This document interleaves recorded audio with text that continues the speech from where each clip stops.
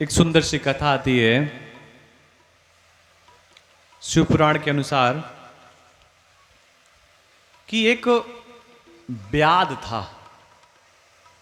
ब्याद कहते हैं जो जंगली जानवरों को मार करके अपने उदर की पूर्ति करता है, अपने भोजन की पूर्ति करता है, उसे ब्याद कहते हैं। ये अपना एक मौलिक पुराण का शब्द है।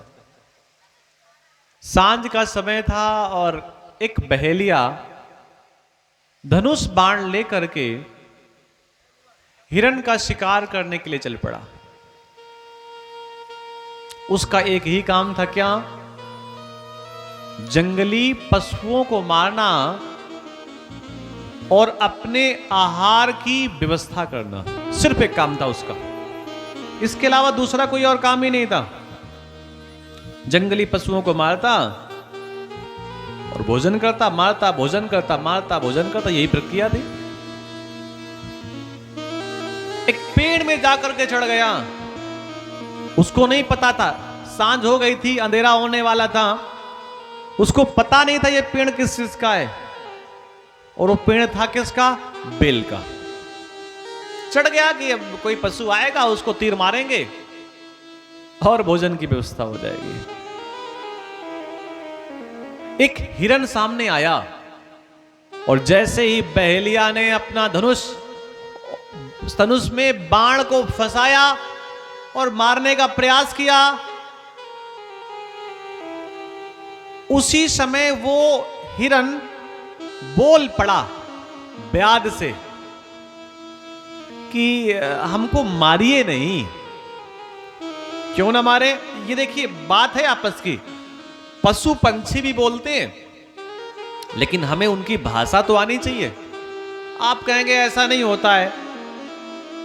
बच्चे की भाषा उसकी मां समझती है और उसके इशारों में वो समझ जाती है कि बच्चा भूखा है, क्या चाहिए। तो ये मां समझती है। उसी प्रकार सबकी अपनी अपनी भाषाएं होती हैं और जो उस भाषा का जानकार होता है उस भाषा को समझता है।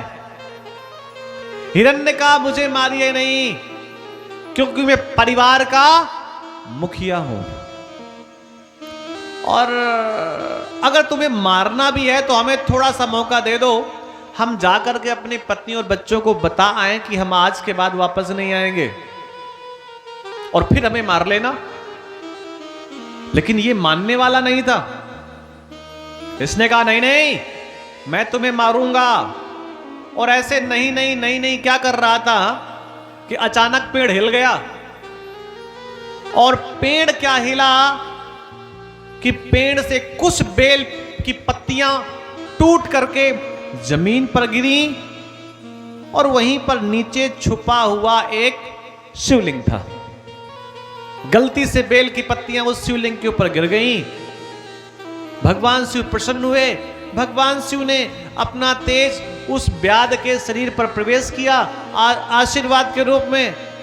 तो ब्याद के हृदय में दया आ गई और उसने कहा हिरण से कि देखो, हम तुम्हें छोड़ तो रहे हैं, लेकिन आना जरूर वापस। उसने कहा ठीक है, हम आएंगे। अब वो अपने घर चला गया। लेकिन ये हिरण बहुत देर तक जब आया नहीं, तो इसकी पत्नी को लगा कि पता नहीं क्या हुआ, स्वामी अभी तक आए नहीं। तो इसकी पत्नी इधर ढूंढने आई और पति अपने घर चला गया। घर में बच्चे थे। पत्नी यहीं जब सामने इसी बहेलिये के सामने आई, इसने जब फिर बाण चलाना शुरू किया, तो उस हिरणी ने कहा ब्याद से कि मुझे मारिए नहीं, मैं तो अपने पति को ढूंढने आई हूं, और मैं अभी अपने पति को बता करके आती हूं कि मैं अब आऊंगी नहीं, और आप मुझे कुछ समय दे दीजिए जाने के लिए। मना किया, लेकिन ना करते हुए बेल का पेड़ हिला, बेल पत्र नीचे गिरे, शिव के ऊपर चढ़े, शिव की कृपा उसको प्राप्त हुई। अनजाने में हृदय में दया उत्पन्न हुई और इसने कहा हिरणी से कि देखो, अभी तुम्हारे जैसा एक और हिरण आया था, मैंने उसको जाने दिया, लेकिन अभी वो आया नहीं। तुम ऐसा मत करना, तुम आ जरूर जाना, क्योंकि तुम नहीं आओगी तो मैं भूखा रहूंगा। वो हिरणी चली गई। उस हिरणी की एक बहन थी,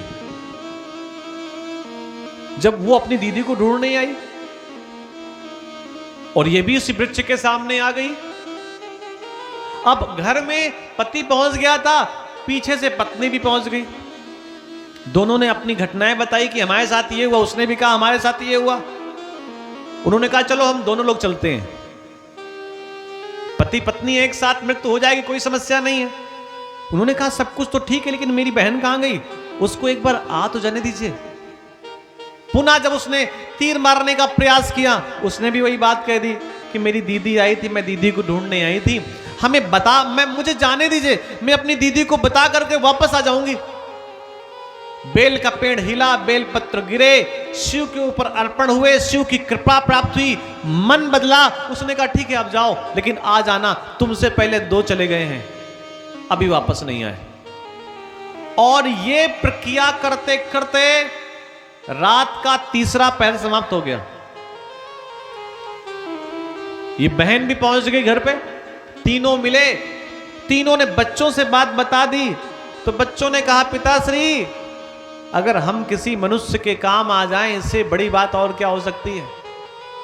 पति ने कहा नहीं, मैं बड़ा हूं, मैं जाऊंगा और तुम लोगों को मेरी बात माननी पड़ेगी।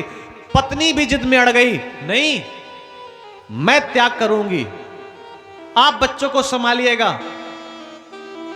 हिरणी की वो बहन कहने लगी कि मैं जीवन भर से यहां खाई तो रही हूं जो आप लोग लाते हैं, मैं जाऊंगी, मैं आप दोनों का कर्ज वापस कर दूंगी। छोटे छोटे बच्चों ने कहा अपने माता पिता और मौसी से कि देखिए आप लोग आपस में विवाद ना करें, हमें सेवा का अवसर दें, हम जाएंगे, आप लोग कोई नहीं जाएगा। सभी ने कहा कि मैं जाऊंगा क्योंकि मैं वचन दे करके आया हूं।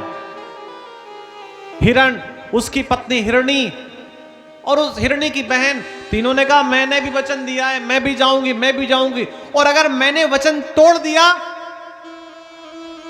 तो संसार के लोग क्या कहेंगे कि देखो मनुष्यों के तो, मनुष्य तो झूठ कभी कभी बोलते हैं, पशु पंछी भी झूठ बोलते हैं।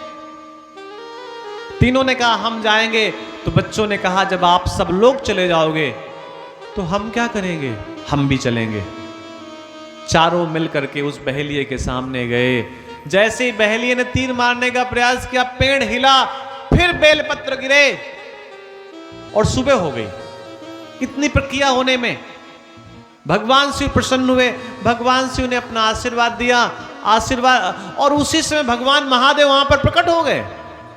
बोलिए शंकर भगवान की जय। और महादेव जब वहां पर प्रकट हुए, बहेलिया, हिरण, हिरण के बच्चे सबने झुक करके भगवान शिव को प्रणाम किया। बहेलिये ने अपने तीर छुपा दिए, अपना धनुष छुपा दिया कि कहीं भगवान शिव को पता चल गया कि मैं पशुओं का वध करने आया हूं तो भगवान शिव नाराज हो जाएंगे। भगवान शिव ने कहा उस व्याध से कि मैं तुमसे बहुत ज्यादा प्रसन्न हूं, बताओ तुम्हें आशीर्वाद क्या चाहिए। व्याध ने कहा भगवान हमने तो कोई ऐसा काम ही नहीं किया है जिससे कि आप प्रसन्न हो जाएं। हमने कभी आपका नाम नहीं लिया, कभी आपका जप नहीं किया, अभी आपको कभी एक बूंद जल नहीं चढ़ाया, कभी दूध नहीं चढ़ाया, कभी दूर्वा नहीं चढ़ाई, कभी बेलपत्र धतूरा अर्क नहीं चढ़ाया, लेकिन आप हमसे प्रसन्न क्यों हो गए? पहले अपनी प्रसन्नता का कारण बताइए।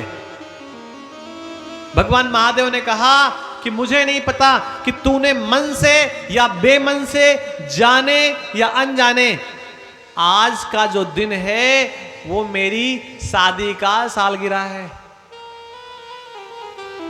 और आज तूने हमारे ऊपर बेलपत्र चढ़ाया है, मैं प्रसन्न हो गया हूं।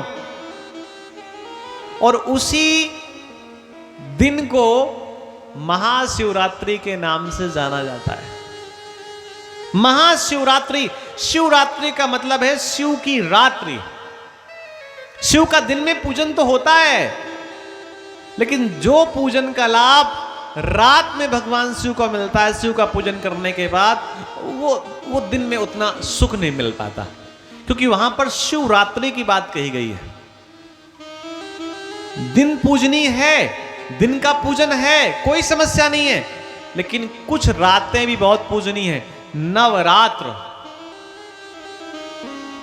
रात्र में जगदम्बा का उपासना, जगदम्बा का गीत, जगदम्बा के सामने भजन कीर्तन, भैया ये बड़े लाभकारी हैं। लेकिन ये भजन गाओ कि मैया मुरादे पूरी कर दे, हलवा बांटूंगी, तो पहले मैया मुरादी पूरी करें, अगर उनको हलवा खाना हो तो। ये तो कोई बात नहीं हुई। अरे हलवा मैं बांटूंगी, उसमें क्या है, मां तो मुरादे पूरी खरीदेगी। तो भैया गीत गाने से पहले थोड़ा सा उसका अर्थ भी निकाल लें कि पहले परीक्षा कौन दे, भगवान, और फिर हम उसके बदले बांटे भी क्या, हलवा। अरे भैया मुरादे पूरी कर दे, रस मलाई बांटूंगी, ये तो चलो ठीक है, थोड़ा सा महंगा लगता है। अब वो हलवा बांटेंगे, चना बांटे, वो भी गड़बड़ नहीं है, अच्छा है, लेकिन पहले मां मुरादे पूरी करें, पहले मां परीक्षा में पास हो, उसके बाद हम कुछ करेंगे, ये ठीक बात नहीं है। रात में जगदम्बा का ध्यान हो, कीर्तन हो, भजन हो, आपस में भजन हो, तब जाकर के उसका आनंद मिलता है। हम लोग जब रात में सोते थे तो माता श्री हमारे बड़े गीत गाया करते थे। बोले कितना बज गया, बोले 8 बजे। 8 बजे पर आठों नाम, 9 बजे पर ये नाम, 10 बजे पर ये नाम। अब तो किसी को पता ही नहीं होगा, कुछ लोगों को छोड़ करके। तो भैया रात में जागरण का महत्व है। रात में परमात्मा का चिंतन करके, ध्यान करके आप रात में सोएंगे ना, तो रात में नींद अच्छी आती है, और रात भर कीर्तन भी रहता है। एक उदाहरण बताते हैं आपको हम। रात में कभी भी आप अपने मन से कहिए कि मुझे 4 बजे जगा देना। ये कभी भी आप कल्पना करके देख लीजिए, आपका मन ठीक 4 बजे आपको जगा देगा, और ये सब कोई जानता भी है।